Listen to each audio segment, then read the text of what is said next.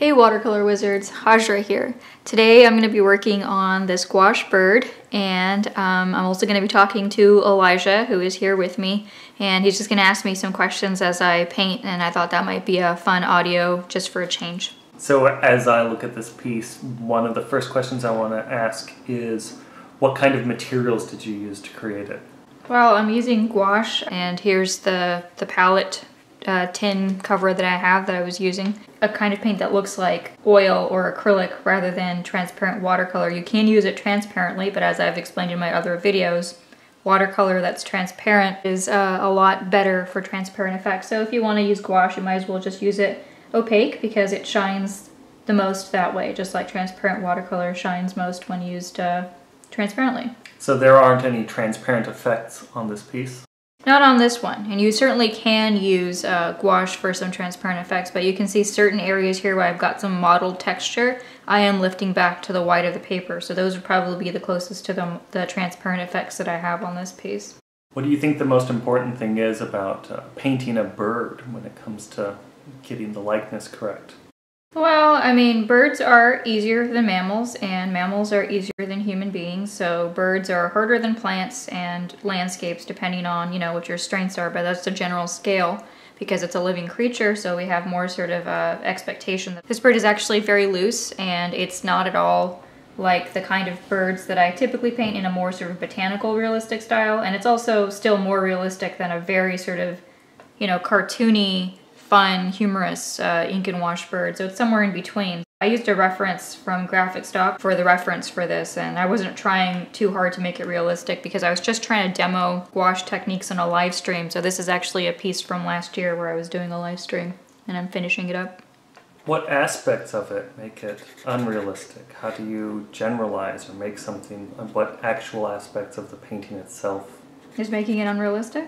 There's still some ink outlines that make it more stylized, and also the feathers are not developed in a realistic way. It's not finished to the point of being realism. It's got semi-realism to it, but it's still very loose and impressionistic in the brush strokes. I did like a cartoony, humorous ink and wash bird like those owls or those chicks. They're much less realistic. The bird looks realistic enough to me. I don't know if it comes in that color, and yes, you're right, there are outlines there. The major way it's less realistic is that there is an ink outline, and that's keeping it from being realistic. Secondary and tertiary elements that are making this less realistic. The shadows are not accurate. So the shadows are sort of made up on the bird, and the shadows are made up on the petals. You can have a stylized realism that gets you most of the way, and it's enough. And so I can see why this looks more realistic to some people, but a lot of that is also just the gouache. The gouache tends to sit thicker on the paper, and it gives you an illusion of more body and weight to a painting, more realism, even when you're working impressionistically. I know I've seen this piece before, and it had laid sort of unfinished for a while. So is there any challenge when you come back to a piece where maybe a few of the flowers aren't filled out, or a few of the leaves aren't filled out, or maybe even part of the bird isn't filled out?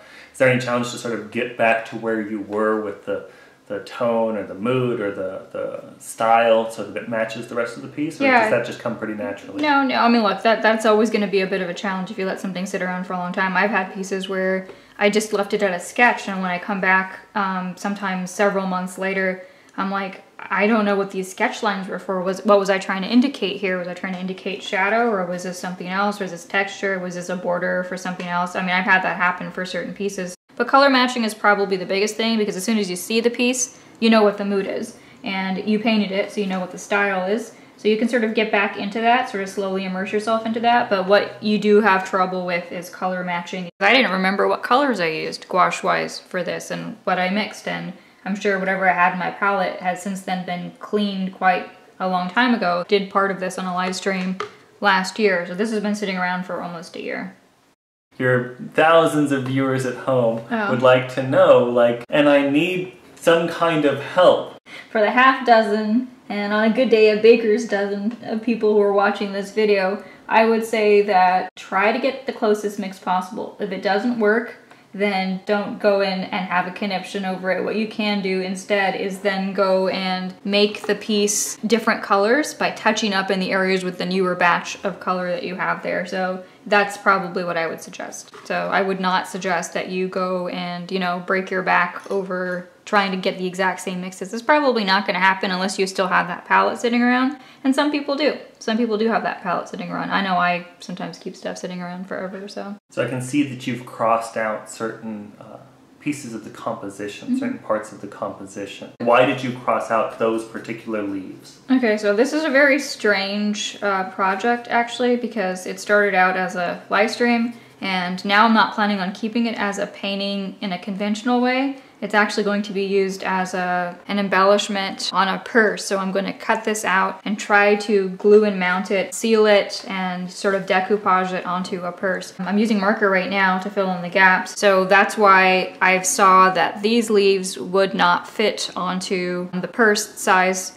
And so I got rid of those leaves and crossed them out. So I'm not going to finish them, and I'm also not going to outline them. So I'm just trying to keep the part of this bird and the floral area that's going to fit on there. So this is an unconventional. So it's purely about size. This was purely about size. This wasn't about the weight of those leaves. No, it wasn't. Like, you would assume that you would probably do that at the sketching stage. I know that I do, but sometimes you can decide later if something doesn't work. But unless you are outlining it in black, which I don't typically. If it was a white on white piece, you're kind of stuck with it. If it's a watercolor piece, if it's a gouache piece, you can correct over it to some extent.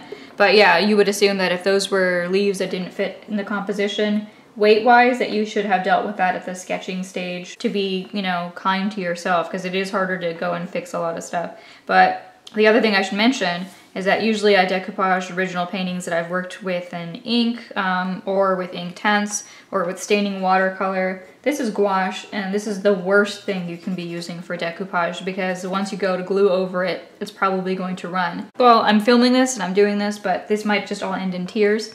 It might be just another dream down the drain, but I don't know. Before you ask me why I'm doing it with gouache, it's just because I ended up happening to paint this in gouache, and then I thought this would be good on a purse. If you are going to plan this ahead of time, then please don't use gouache. Gouache lifts up and runs under later wet layers, so when I go to glue this might just all end very poorly. So do you plan to spray it with something, some kind of fixative or something? No, I don't. I don't have any spray fixative. I mean, I've got Spectrafix, but I'm not 100% sure that that's what I want to use, and if that's going to be a better or worse idea. I was going to put watercolor ground over this area that I was going to use, and then let that dry, and then cut it out, and then mount it with glue onto the purse, and then decoupage seal over it. So here's the Schmincke watercolor ground, and that's what I was going to use. Seal it over the top before I glued over it on the purse. And here's the multimedia matte, which I'm going to use to glue it onto the purse. And then here's the Mod Podge super thick gloss, which I was going to use to seal over it as a sealed layer. But are you going to test that out on the part of the painting that's going to be cut out, or are you just going to put it directly on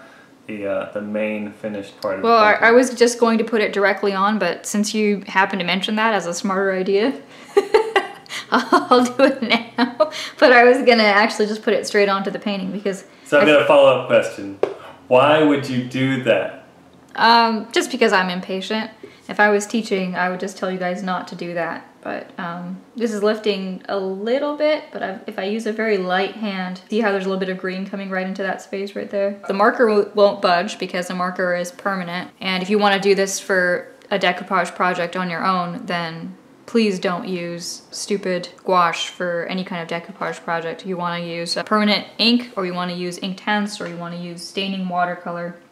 At the very least, try to see if this is going to work now. And again, I'm going to try to use just very light strokes in a single pass, and might even have some areas where I tap it on instead of actually brushing it on. But yeah, I've decoupaged lots of stuff, but I would never suggest you use gouache for decoupage. Use anything that's a permanent paint, because why would you put yourself through this kind of stress? Why would you put yourself through this kind of stress? Because you're too lazy to do this bird over again, because I did think that to myself. I was like, I could just do this bird in something permanent. And I thought, but I already have this bird mostly done. I don't want to do this bird again. I never liked this bird that much in the first place. He's good enough for a purse, but... Tell the truth. It's because you wanted to have one of those derp-faced fail videos where you say... Use flash now is that my channel will be switching to videos wasting people's time by failing at various projects on purpose. How is it going as you're applying this? To me, it looks fine. Well, right now it is fine. I'm not thinning it out, so let's just hope that dries clear, Because my fear is if I do see it leaking. Do you see how it's leaked onto the bird a little bit over there? Yeah, I can see it, just the teeniest bit leaking right there. I'm gonna patch it a little bit, but yeah, I think don't include this part where I'm actually talking to you.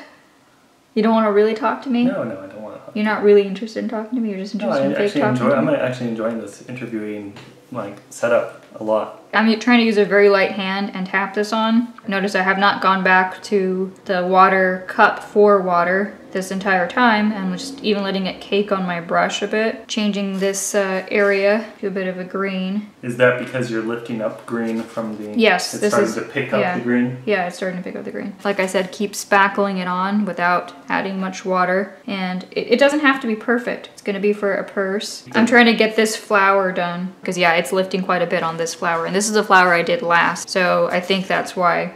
And I can see that it lifted in some of those areas back there too. But I think as long as it retains most of the painting, it can be a even more bleedy impressionistic painting. And now you see why I didn't develop it even further. What do you like so much about decoupage? You know, I like the fact that you could take your art and not just have it on a painting, which is nice, it's fine, but it does have limited use. So I think that with decoupage you can put, you know, art on your furniture, and you can do it very professionally, and so it looks classy, not just like you tacked something ugly onto something and you regret it. But you can put it on your furniture, you can put it in jewelry, miniature paintings and bezels and other jewelry, and it just looks so pretty. Little miniature watercolor paintings in a metal setting. Put it onto other things like purses, kind of like the sky's the limit. Because if you trap it between clear layers of acrylic paint, it's kind of just like having painted furniture. I've been spackling it on now in that area. And that's because I'm more interested in tapping it and not at all brushing it. So, and that's because I didn't want to spray this, didn't want to figure out how to dilute this enough to spray it, didn't want to use the Spectra fix because my assumption was that it might still make it run. So I'm kind of just spackling it on rather thick. Big viral video was watercolor versus gouache. Yeah, but that's old. Is this gouache versus watercolor ground? No, this is not gouache versus watercolor ground.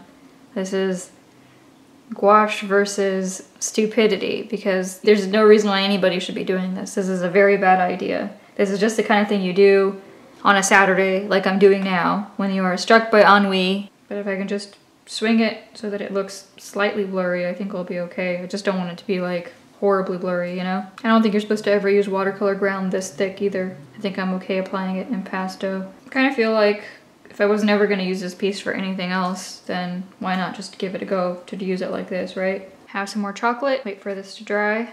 I don't use a white watercolor ground, otherwise it'll just cover the whole thing up and make it opaque. So I used the transparent watercolor ground that I had from Schminke. It's dried completely clear, which is nice, and I went and cut this out. There's more than one way to decoupage. One is to cover the surface entirely, and the other one is to cover the surface partially and make it look kind of like a decal or a sewn-on fabric applique. So that's what I'm going to be doing here. I should mention that that glopping on without brushing too much did seem to work really well, even though this was gouache. So if you happen to be foolish enough to try this with gouache like I did, then patting on brush strokes like I did, and don't actually streak it too much, and don't use any water, because you saw what I did. I also didn't add any water to the watercolor ground. Okay, so I did the background in black with the black marker so that it blends in and it becomes invisible when I put it on this purse. And now you can see why I also got rid of the extra branch and leaves up there and down here. That the size of this purse really is such that this is the size of picture that will fit on it comfortably,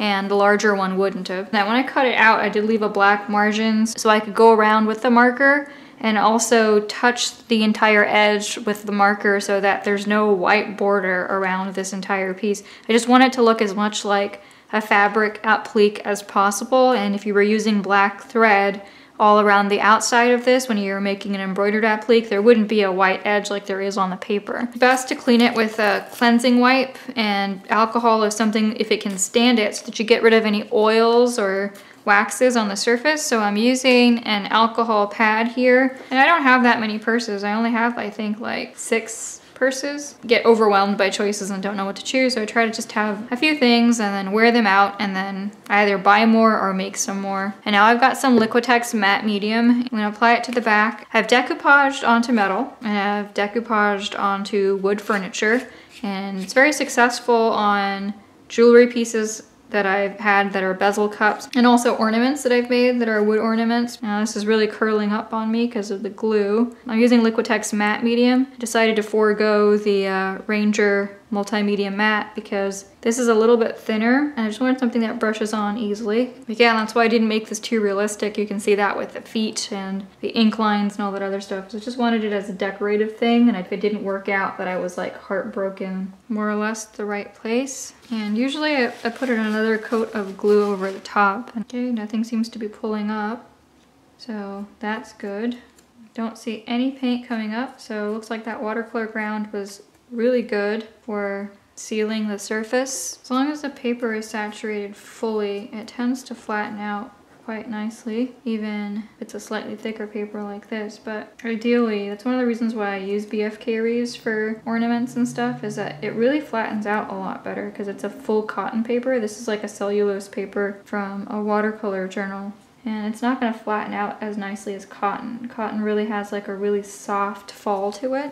Alright, well I just have to put this aside to dry now and hope for the best. And I'll come back once it's all dried. Okay, so that glue has dried, and I actually went back and painted around the bird with some black fabric paint mixed with some gunmetal paint. I think it just makes this side look less like leather and more like it's a painting. So I'm gonna go ahead and put some Mod Podge gloss on here. This sort of does resettle and flatten out on its own. So I did want a super thick gloss and not just a varnish. I don't want it to look like it's glued on. I want it to look like it's either painted on or sewed on. And this Mod Podge super thick gloss is the only product by Mod Podge that I like. Goes well on furniture. All the other stuff is not very thick and you have to apply several coats.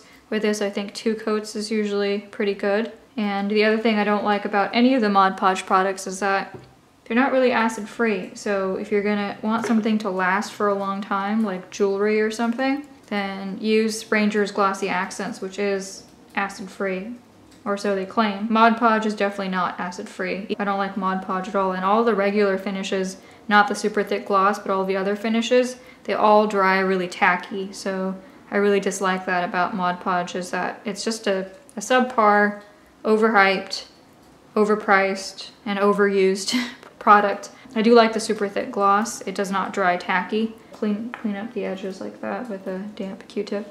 This will make this whole front side glossy, and it'll sort of homogenize the whole surface. And when you add a singular sort of coat of something, whether it's a satin varnish or a gloss varnish or whatever it is that you decide to go with, could even be a matte varnish, it makes it so that everything looks the same. And if you're using a partial piece of something for the decoupage instead of the whole surface, it's even more important because you don't want it to stand out on the surface as a different texture. That's why you wouldn't want to make just the bird glossy, because it would make it look like you stuck the bird on as a sticker. You want it to look like the whole side of this has been painted and varnished, so you want to do at least this face of the purse. So I'm just going to try to aim for a flat-ish dimensional gloss finish and let this dry off in a place where nothing will fall into it. The last thing you want to do is put all this work into this, have an original painting sealed into that, and then have some like nasty old hair fall into it, especially if you've got like pets or something. I think after that it should be done. Hopefully I'll have some pictures at the end of this video